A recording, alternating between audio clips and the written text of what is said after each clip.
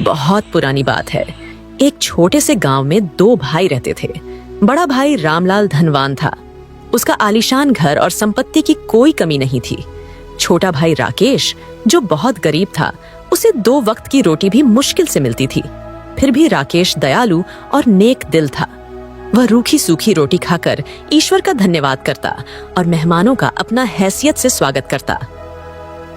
रामलाल इसके विपरीत कंजूस और घमंडी था। उसे मेहमान और गरीब रिश्तेदार बिल्कुल भी पसंद नहीं थे। वो गरीबों को तुष्ट समझता था और अपनी दौलत पर इतराता था। एक दिन एक बूढ़ा आदमी गांव में आया और रामलाल के आलीशान घर का दरवाजा खटखटाया। बेटा, मैं बहुत लंबे रास्ते से आया हूँ, बहुत थक गया हूँ। क्या मुझे एक रात का आसरा और थोड़ा सा खाना मिल सकता है क्या? मेरे पास कुछ भी नहीं है, बस तुम्हारी दया की उम्मीद है बेटा। मदद करो बेटा, मदद करो। अरे बुढ़े, क्या तूने मेरी हवेली को कोई धर्मशाला समझ लिया है क्या? मुंह उठा के दरवाजा खटखटा दिया। अरे तुम जैसे फट्टे गंदे कपड़े वाले यहां नहीं रुक सकते। मेरे पास तुम्हारी तरह भिखमंगों के लिए समय और जगह नहीं है। मेरी बात कान खोल के सुन। सामने जो टूटा फूटा घर दिख रहा है ना, वहां मेरा भाई राकेश रहता है। वो तुम जैसे गरीबों का स्वागत करता है। उसी के पास जाओ। चले आते हैं मुंह उठाकर किसी का भी दरवाजा खटखटाने। ठीक है बेटा, मैं तुम्हारी बात मानता हूँ। शायद राकेश के पास मेरे लिए जगह हो। धन्यवाद बेटा, धन्यवाद। हाँ, राकेश को तो भिखारियों से खास लगाव है। वो तुम्हें अपनी रूखी सूखी रोटी में से 2-4 टुकड़े दे देगा। अरे जाओ जाओ, मेरा समय बर्बाद मत करो। बूढ़े को रामलाल की कंजूसी और घमंड समझ आ गया। वो चुपचाप वहां से चला गया और राकेश के घर की ओर बढ़ा। बूढ़े ने राकेश के टूटे फूटे घर का दरवाजा खटखटाया। राकेश मुस्कुराता हुआ बाहर आया। अरे बाबा जी, नमस्ते। नमस्ते, आप कैसे आए? अरे बाहर बहुत धूप है। एक काम करिए, आप पहले अंदर आइए। अंदर आइए, धूप में काहे खड़े हैं? आइए ना। बेटा, मेरी बात सुनो। मैं बहुत थका हुआ हूँ, लंबा रास्ता तय करके आया हूँ। बस एक रात के लिए आसरा चाहिए बेटा। अरे बाबा, यह तो आपका अपना ही घर है। पहले अंदर आइए, बैठ के पानी पीजिए, थोड़ा सांस लीजिए लंबा लंबा। बहुत थके हैं, फिर बाकी की बात बाद में करेंगे। आइए आइए। राकेश ने बूढ़े को बिठाया। अपने टूटे फूटे बर्तन से पानी पिलाया और रात को उसने एक सूखी रोटी और पानी परोसा। बेटा, तुम्हारे पास तो खुद इतना कम है, फिर भी मुझे अपने हिस्से का खाना दे रहे हो। ये मैं कैसे ले लूं बेटा? बाबा जी, मेहमान तो भगवान का रूप होता है। अब हमारे पास भले ही खाना कम हो, लेकिन आपका स्वागत करने का मौका मिला, यही हमारे लिए अनमोल है। आप खाइए, मन हल्का होगा। थक गए होंगे ना, खाइए खाइए। बेटा, तुम्हारा दिल सोने से भी कीमती है। मैंने बहुत से घर देखे, लेकिन तुम जैसा स्वागत कहीं नहीं मिला। आनंद आ गया। हाँ, अब अच्छा लग रहा है। अच्छा, तो देखो बेटा राकेश, तुमने मेरे साथ इतना प्यार दिखाया। मैं इस गांव में एक जरूरी काम से आया हूं। बाबा, हम आपकी बात का मतलब नहीं समझे। मतलब आप कौन हैं और ये कौन से काम की बात कर रहे हैं आप? बेटा, मैं कोई साधारण बूढ़ा नहीं हूं। 40 साल पहले मैं इसी गांव में रहता था। मेरे पास धन दौलत की कोई कमी नहीं थी। सोने के सिक्के, कीमती जवाहरात, सब कुछ था मेरे पास। मेरा एक भरा भूरा परिवार था। पत्नी थी और 2-2 बच्चे थे। अच्छा, फिर क्या हुआ बाबा? आप यहाँ इतने सालों बाद क्यों लौटे भला?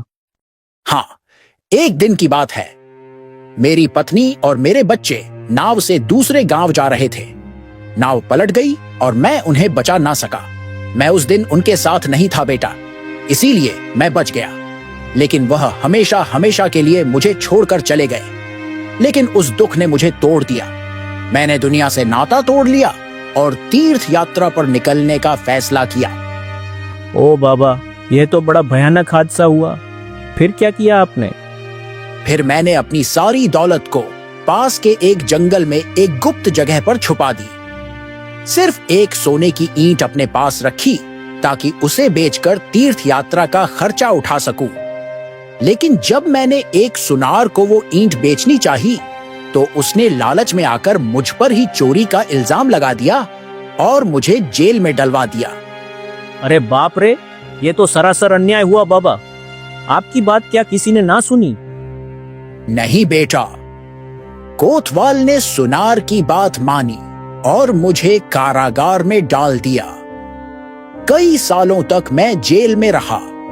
अब सजा पूरी करके मैं अपने गांव लौटा और मैं अब उस छुपाए हुए खजाने को निकालना चाहता हूं।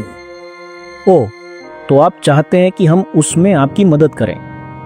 हाँ बेटा, अगर तुम मेरे साथ जंगल चलो और खजाना निकालने में मदद करो, तो मैं उसका आधा हिस्सा तुमको दे दूंगा। बाबा देखिए, मुझे धन का लालच नहीं है, लेकिन आपकी मदद करना मेरा धर्म है, तो मैं आपके साथ जरूर चलूंगा। हाँ, तुम्हारा दिल सच्चा है राकेश। तुम जैसे लोग इस दुनिया में बहुत ही कम हैं। ठीक है, कल सुबह हम जंगल चलेंगे। बाबा आज रात यहीं रुकिए, सुबह राकेश आपके साथ जाएगा। हमारी झोपड़ी छोटी है, लेकिन आपका स्वागत करने के लिए जगह बहुत है। ठीक है बहू, ठीक है। तुम लोग सचमुच अनमोल हो। राकेश ने बूढ़े की मदद करने का फैसला किया। रात बीती और अगली सुबह का प्रतीक्षा होने लगी। सुबह सूरज उगने से पहले राकेश और बूढ़ा आदमी जंगल की ओर निकले। जंगल घना और सुनसान था। बाबा, ये जंगल तो बहुत बड़ा है। आपने खजाना कहाँ छुपाया? धैर्य रख बेटा, धैर्य। हाँ, वो देख, वो पुराना बरगद का पेड़ उसी के पास एक गुप्त कर रहा है। मैंने सारी दौलत वहीं दबाई थी। अरे इतने सालों के बाद भी आपको सही जगह याद है? बेटा, जब जिंदगी का हर पल उसी खजाने की याद में बीते, तो भूल कैसे सकता हूं मैं। मेरे लिए यह सिर्फ धन नहीं, मेरे परिवार की आखिरी निशानी है। हाँ बाबा, मैं आपका दुख समझ सकता हूँ। खैर चलिए बाबा, जल्दी से उस जगह को ढूंढते हैं। चलिए। दोनों बरगद के पेड़ के पास पहुंचे।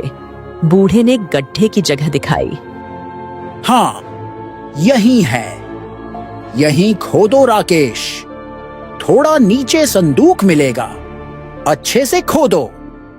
हाँ ठीक है बाबा, मैं अभी शुरू करता हूँ। राकेश ने फावड़े से खोदना शुरू किया। कुछ देर बाद एक पुराना संदूक निकला, जिसमें सोने की ईंटें और मोहरें चमक रही थीं। अरे बाप रे बाप, बाबा ये तो सचमुच खजाना है। इतना सोना, इतना जवाहरात, मैंने तो ऐसा कभी नहीं देखा। हाँ बेटा, ये मेरी जिंदगी भर की कमाई है। इसमें मेरे परिवार की यादें हैं। बेटा, इसका आधा हिस्सा अब तुम्हारा है। बाबा देखिए, मुझे इतना धन नहीं चाहिए। हमारे परिवार के लिए 2 वक्त की रोटी और थोड़ा सा सुख, बस इतना ही काफी है। बाकी सब आप रख लीजिए।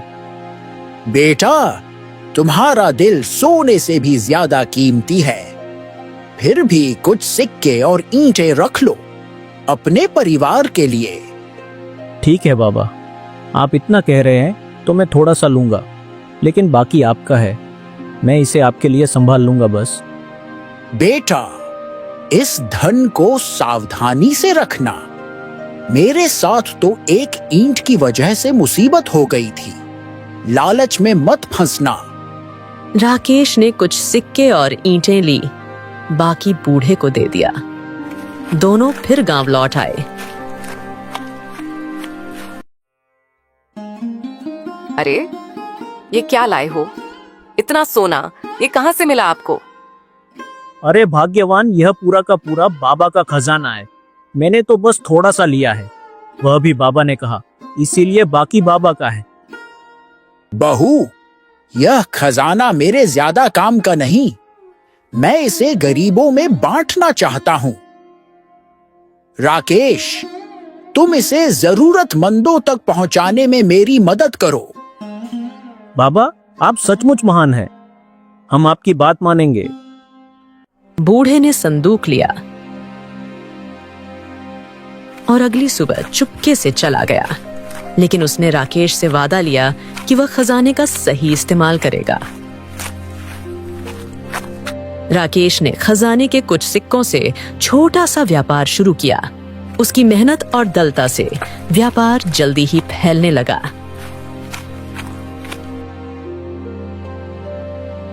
राकेश, तुम्हारी मेहनत और बाबा का आशीर्वाद रंग लाया। अब हमारे घर में सुख शांति है। हाँ, सही कहा भाग्यवान। यह सब ईश्वर की कृपा और बाबा जी की दया से हुआ है। अब मैं इस धन से गांव वालों की मदद करूंगा। राकेश ने गरीबों को अनाज बांटा, बीमारों की देखभाल की और बच्चों के लिए एक छोटा सा पाठशाला शुरू किया। गांव वाले उसे बहुत सम्मान देने लगे। भैया, राकेश जैसा नेक इंसान तो इस गांव में कोई है ही नहीं। वो सबके लिए कुछ ना कुछ करता है। गजब आदमी है वह। हाँ, पहले राकेश के पास कुछ नहीं था, फिर भी उसने हमें खाली हाथ कभी नहीं लौटाया। अब वो हमारा भगवान है। भगवान। अरे भगवान तो बस एक ही है, ऊपर वाले सबका मालिक एक। ठीक है, और मैं तो देखो भाई अपना फर्ज निभा रहा हूं। अगर मेरे पास है तो दूसरों को बांटना मेरा धर्म है। राकेश ने अपने टूटे फूटे मकान की जगह एक सुंदर घर बनवाया। वो मेहमानों का पहले से ज्यादा आदर सत्कार करने लगा। उधर रामलाल की कंजूसी और घमंड ने उसे गांव में अकेले कर दिया। लोग उससे दूरी बनाने लगे। अरे भैया, रामलाल को तो सिर्फ अपनी दौलत की पड़ी है। वो किसी की मदद वद नहीं करता। राकेश तो भाई उससे 1000 गुना बेहतर है। तभी तो सब कहते हैं दयालु राकेश। राकेश, तुम्हारी इज्जत अब 7 गांव में फैल गई है। लोग तुम्हें दयालु राकेश कहते हैं। अब भाग्यवान, ये सब ईश्वर की मर्जी है। हम तो बस वही करते हैं जो हमारा दिल कहता है। राकेश की तरक्की की खबर रामलाल तक पहुंची। वह अपनी पत्नी के साथ राकेश के नए घर गया। अरे राकेश, ये तेरा नया घर, इतने सारे नौकर चाकर, इतना सामान, इतना पूरे गांव में सम्मान। ये बता तू इतना अमीर कैसे हो गया है? पहले तो तेरे पास एक रोटी भी मुश्किल से थी। भैया, सब ईश्वर की कृपा है। मेहनत और दया से जो भी मिलता है वही मेरे पास है। चाहे जितना अमीर हो जाओ राकेश, हमारी बराबरी नहीं कर सकता। हमारा घर, हमारी दौलत इस गांव में सबसे बड़ी है। तुम तो बस एक गरीब थे। अरे भाभी, तुम्हें क्या लगता है हम कम हैं? हमारे पास तो अभी और भी खजाना है। उसे निकालकर हम तुमसे कहीं ज्यादा अमीर हो जाएंगे। खजाना? ये क्या बात कर रही है तू? क्यों रे राकेश, ये सच है का? अरे चुप रहो भाग्यवान, ऐसी बातें बाहर क्यों करती हो? भैया, ये बस उसका गुस्सा है। कोनो खजाना बजाना नहीं है, बस ऐसे ही मुंह से निकल गया। नहीं नहीं, कुछ तो बात है। तो इतना अमीर अचानक से कैसे हो गया? जरूर कोई राज है और मैं पता लगा के रहूंगा। रामलाल और उसकी पत्नी घर लौट गए। रामलाल की पत्नी ने जलन में आकर सारी बात अपने पति को बताई। सुनिए, राकेश ने जंगल से कोई खजाना निकाला है। उसकी पत्नी कह रही थी कि जंगल में और भी खजाना है, हमें वो ढूंढना होगा, वरना राकेश हमसे आगे निकल जाएगा। अरे जरूर उस बुढ़े ने राकेश को बताया होगा, जिसे मैंने अपने घर से भगाया था। मैं किसी भी तरह से उस खजाने को ढूंढ निकालूंगा। अरे राकेश मुझसे ज्यादा अमीर हो ही नहीं सकता।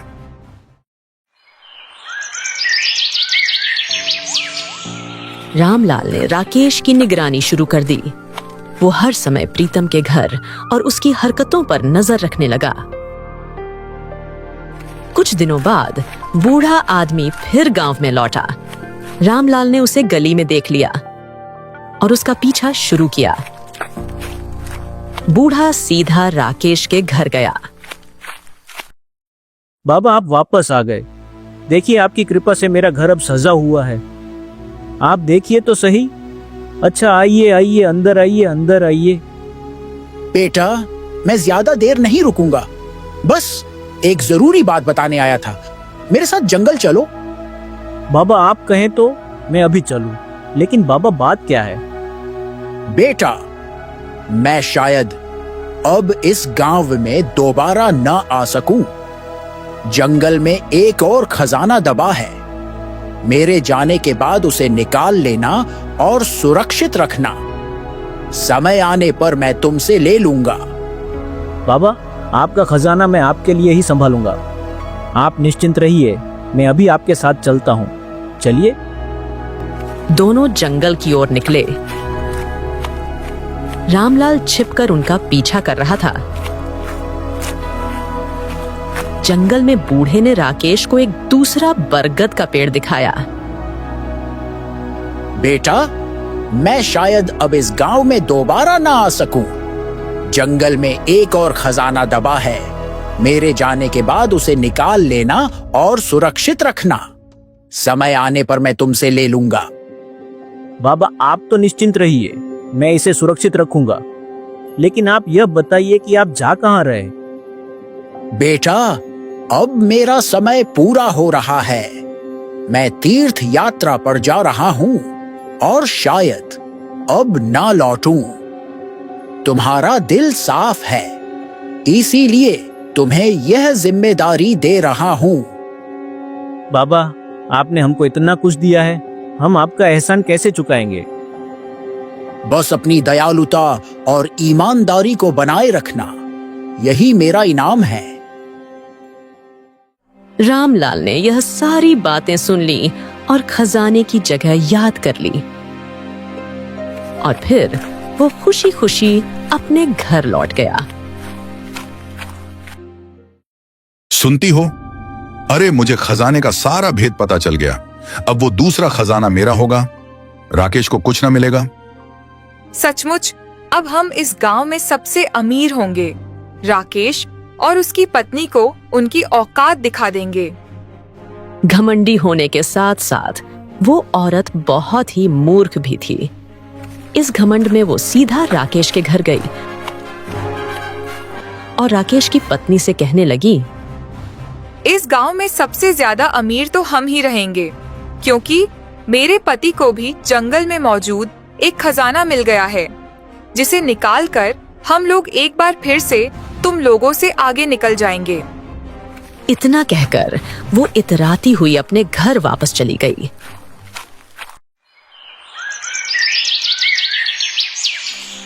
शाम के समय जब राकेश अपने घर वापस आया तो उसकी पत्नी कहने लगी, अरे सुनिए, तुम्हारी भाभी कह रही थी कि रामलाल को जंगल में खजाने की जगह पता है। वो उसे निकालकर हमसे ज्यादा अमीर होने की बात कह रही थी। यह कैसे हुआ? ओह, शायद भैया ने मुझे और बाबा को जंगल में देख लिया। मेरी गलती है, मैंने गुस्से में खजाने की बात कह दी थी, मुझे माफ कर दीजिए। ओहो, मैंने तुमसे पहले ही कहा था ना भाग्यवान, कि खजाने की बात किसी से ना करना है। जल्दी करना होगा। आज रात ही वो खजाना निकाल लाऊंगा मैं, वरना भैया उसे हथिया लेंगे। आप सही कह रहे हो, लेकिन सावधान रहना, कहीं कोई देख ना ले। राकेश उधर जंगल गया, बरगद के पेड़ के नीचे खोदा और दूसरा खजाना निकालकर घर ले आया। उसने उसे सुरक्षित छुपा दिया। हाँ, अब यह खजाना बाबा के लौटने तक सुरक्षित रहेगा। किसी को भी इसकी भनक बिल्कुल नहीं लगनी चाहिए। सुन रही हो ना? मैं अब किसी से कुछ नहीं कहूंगी। तुमने जो कहा वही करूंगी।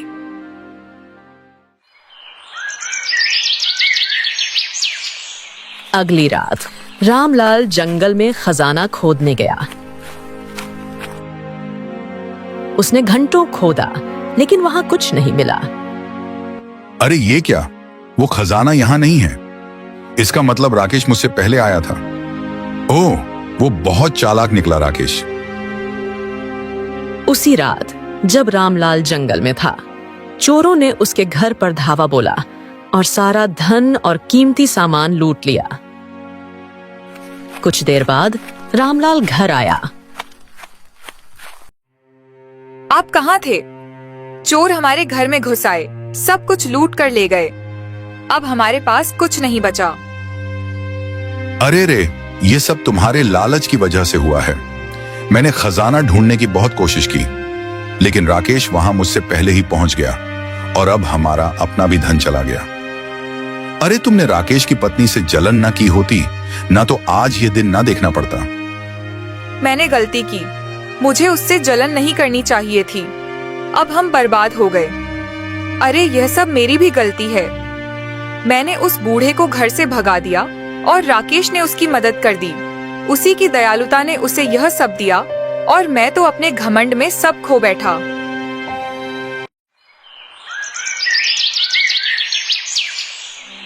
कुछ महीनों बाद बूढ़ा आदमी फिर गांव लौटा।